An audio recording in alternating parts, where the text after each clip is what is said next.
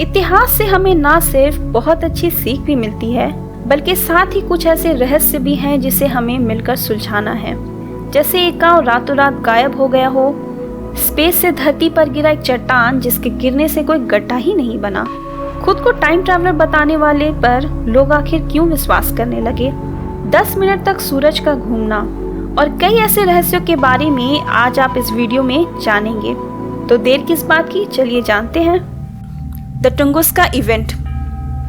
साल 1908 है और सुबह के 7 बज रहे हैं। साइबेरिया में एक आदमी अपने घर के बरामदे में बैठा है और उसे ये पता नहीं कि कुछ ही पल में उसकी कुर्सी हिलने लगेगी और गर्मी इतनी तेज कि ऐसा लगेगा मानो उसकी शर्ट अभी जल उठेगी।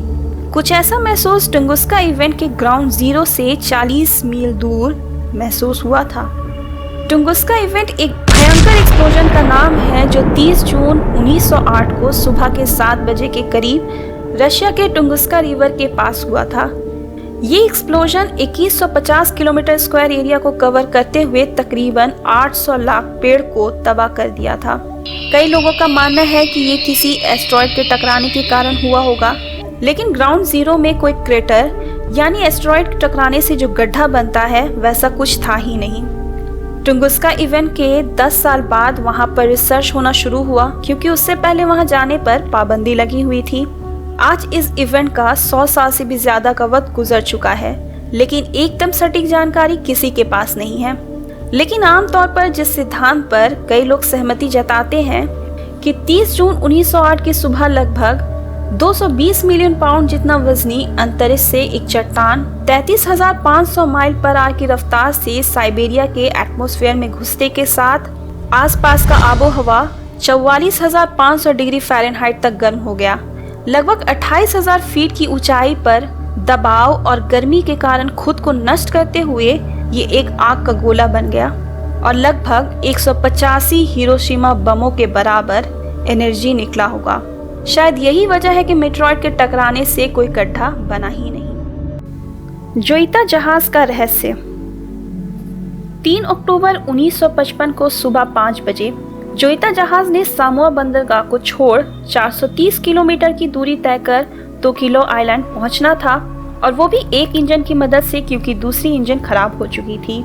जोइता ने सफर में 16 क्रू मेंबर्स के साथ 9 पैसेंजर्स थे और इन 9 पैसेंजर्स में एक डॉक्टर जिन्होंने वर्ल्ड वॉर 2 के दौरान सेवा दिया था, एक ऊंचे पद के सरकारी अधिकारी और 2 बच्चे भी।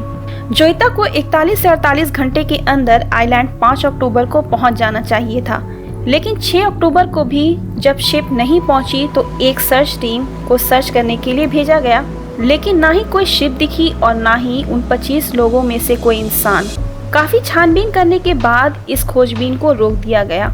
घटना के 5 सप्ताह बाद यानी 10 नवंबर को कैप्टन गेराल्ड डगलस ने जोइता को अपने रास्ते से भटक कर 920 किलोमीटर दूर सुवा से फूनाफूती के रास्ते में जोइता को देखा।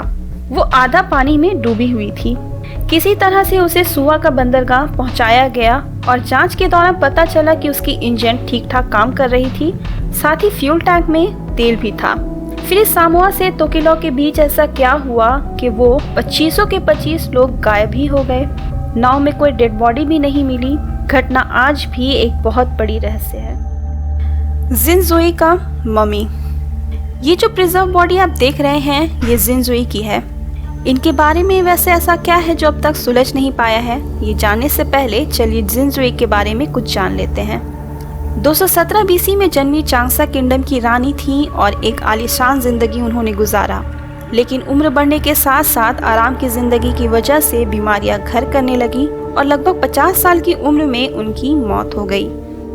साल 1968 में चांगसा इलाके में हॉस्पिटल बनाने के लिए खुदाई का काम चल रहा था। खुदाई के दौरान उन्हें 3 मकबरा मिला। एक तो जिनजुई का था, दूसरा उनके हस्बैंड ली कैंग और तीसरा और सबसे कम उम्र वाला कंकाल उनके बेटे का लग रहा था। साथ ही कई कीमती सामान भी मिले। आज इन कंकालों को यूनान म्यूजियम में देखा जा सकता है। इन मुर्दों को 20 परतों में लपेटा गया था, ऊपर से सिल्क रिबन भी बंधा हुआ था। जिनजुई का शरीर एक अलग तरह के लिक्विड की वजह से अद्भुत रूप से सुरक्षित है, जबकि अगर आपने नोटिस किया हो तो ये मम्मी 2000 साल पुरानी है और ये जो फोटो आप देख रहे हैं ये मात्र 500 साल पुरानी मम्मी है। लेकिन फिर भी जिंजुई की त्वचा नरम और नम थी। मांसपेशियां, सभी ऑर्गन्स, सर में बाल, आंखों में आईलैशेस और तो और उनकी नसों में खून था जो ब्लड ग्रुप ए होने की पुष्टि करता है। उनके पेट में कई सारा तरबूज का बीज भी मिला। ऐसा लग रहा था कि उन्होंने मरने से कुछ देर पहले ही तरबूज खाए थे और वो 2000 साल बाद आज भी उनके पेट में है। और इससे ये भी अनुमान लगाया जाता है कि उनकी मौत गर्मी के मौसम में हुई होगी। ये आज तक की सबसे ज्यादा अच्छे से प्रिजर्व मम्मी है। वो लिक्विड में ऐसा क्या है ये आज तक साइंटिस्ट पता लगा ही रहे हैं। कनाडा का इन्यूट गांव। साल 1930 की बात है। कनाडा में सर्दी का मौसम और बर्फ भी गिर रही थी। इस दौरान फर की खोज में निकला जो लाबेली नाम का एक आदमी इस जानलेवा ठंड से बचने के लिए एक सुरक्षित स्थान की तलाश में था और इसी खोजबीन में वो अंजिकुनी झील के पास इन्यूट गांव पहुंचे जहां डरा देने वाली शांति थी। ऐसा नहीं है कि इन्यूट गांव जो के लिए नया जगह था। पिछली बार जब वो यहाँ आए थे तब गांव कुल मिलाकर 30 आदमी, औरत और बच्चों से भरा पूरा था। उन्होंने इस कम्युनिटी के साथ कुछ अच्छे पल बिताए थे और इस वजह से इस बार वाली शांति उन्हें डरा रही थी। जब जो ने वहाँ छानबीन करना शुरू किया तो पाया कि वहाँ आग भी चल रही थी जिसमें कुछ पक रहा था। राशन भंडार भी बरकरार था। अधूरी शर्ट मिली जिसमें सुइयां थी और तो और ग्रामीणों के सामान भी अपनी जगह पर सुरक्षित थे, बिल्कुल वैसे के वैसे ही। खोज से ऐसा ही लग रहा था कि मानो पूरा का पूरा गांव गायब हो गया है। यहाँ तक कि कब्र में पड़ी लाशों को खोदकर बाहर निकाला गया था और आसपास वाले पत्थर वैसे के वैसे ही पड़े थे, जिससे ये पता चलता है कि इन सब के पीछे जानवरों का हाथ तो नहीं था। गांव वालों के साथ रहने वाले उनके कुत्ते भूखमरी के कारण मर गए थे। बात कनाडियन पुलिस तक पहुंची तो वहां सर्च टीम भेजा गया, लेकिन पुलिस के हाथ कुछ भी ऐसा नहीं लग पाया जो उन लोगों के गायब होने के पीछे का कारण बताता। इसके बारे में कई बुक भी लिखा गया है, जैसे ब्रायन डनिंग मैजेस्टिक फैंटम्स और भी कई हैं, जिसमें इन्यूट वासियों के गायब होने के पीछे अलग अलग वजह है। कोई इसे एलियन का काम बताता है तो कोई इसे नॉर्दर्न लाइट्स यानी अरोरा से जोड़कर देखता है। और भी कई कहानियां इस गांव से जुड़ी है, लेकिन उनके गायब होने के पीछे की वजह किसी को नहीं पता। मिरेकल ऑफ द सन। ये कहानी मिरेकल ऑफ द सन की शुरुआत 1917 में हुई जब 7, 9 और 10 उम्र के 3 बच्चे भेड़ों को चराकर घर आने के दौरान मदर मैरी को देखने का उन्होंने दावा किया। उन तीनों में से सबसे छोटी लड़की लूसी से मदर मैरी ने बात भी की और कहा कि अगले चौथे महीने के 13वें दिन वो फिर से प्रकट होंगी, और ये कहते के साथ वो गायब हो गई। बच्चे दौड़ भागकर अपने घर पहुंचने के साथ अपने माँ बाप को इस घटना के बारे में बताते हैं। धीरे धीरे बात एक कान से दूसरे कान होते हुए पूरी तरह से फैल गई, जिस पर मदर मैरी पर यकीन रखने वाले लोगों ने यकीन कर लिया, वहीं जबकि गांव के कुछ लोगों ने उनकी कहानी पर विश्वास नहीं किया। जैसे जैसे सप्ताह और महीना बीतता गया वैसे ही ये बात हजारों लाखों लोगों के कानों तक पहुंच गई और फिर वो दिन आ ही गया। जो निकल की book looking for a miracle में उन्होंने लिखा है कि अक्टूबर 13, 1917 को लगभग 70,000 लोग मदर मैरी को देखने के लिए एक मैदान में पहुंच गए, जहां फिर से मदर मैरी लूसी के सामने आई और आसमान की तरफ हाथ उठाया, जिसके बाद लूसी ने कहा सूरज, और फिर सभी लोग आसमान में सूरज की तरफ देखने लगे और देखा कि बादलों के पीछे से एक सिल्वर डिस्क जैसी कोई चीज निकल रही है। सभी ने एक जैसी चीज देखने की बात नहीं कही।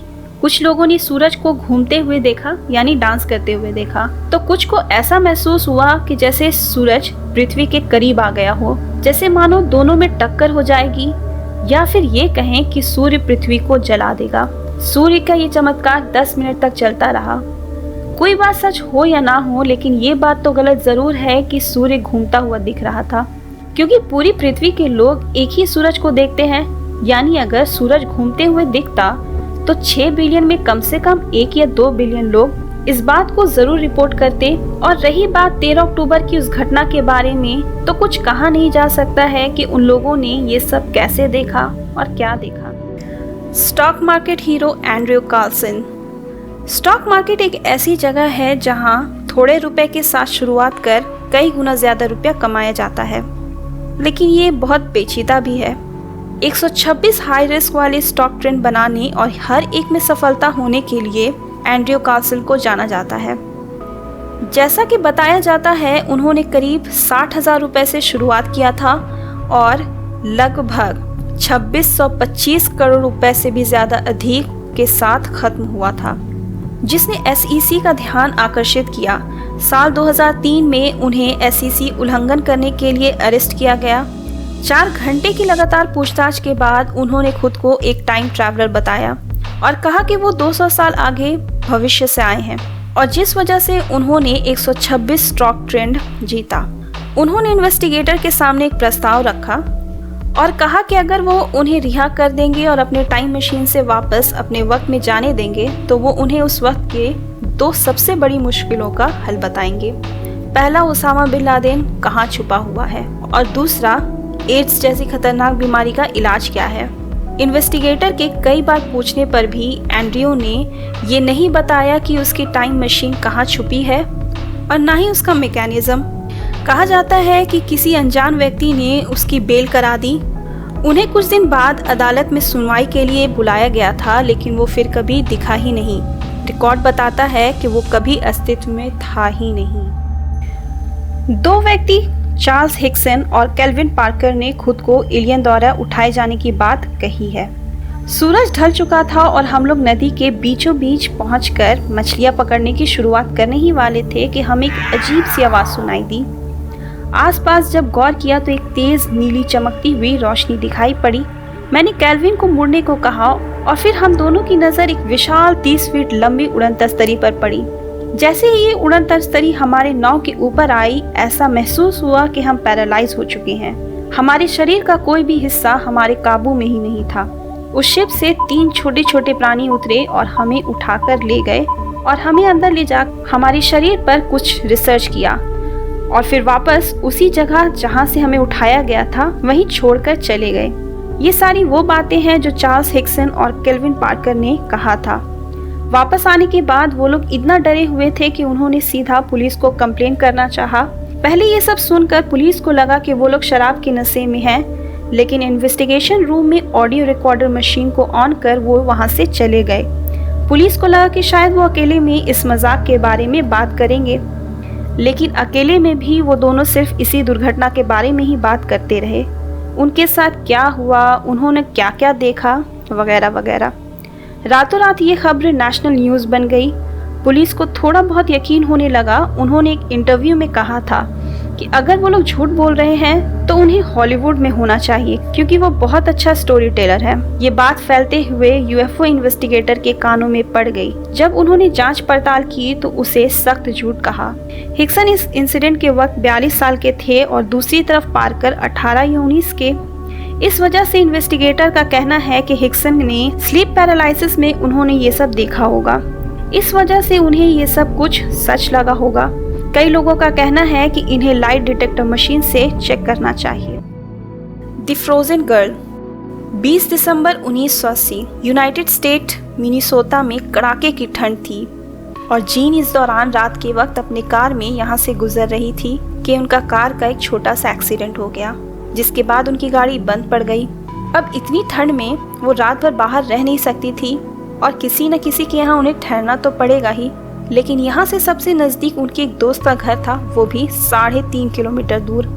पर उन्होंने कोशिश की और पैदल इस रास्ते को तय करने का हिम्मत दिखाया। उन्होंने 2 माइल यानी लगभग 3.2 किलोमीटर दूर पहुँचने के बाद अपने दोस्त के घर से मात्र 4.5 मीटर दूर वो जा गिरी। करीब सुबह 7 बजे उन्हें किसी ने ठोस बर्फ की तरह जमे हुए देखा।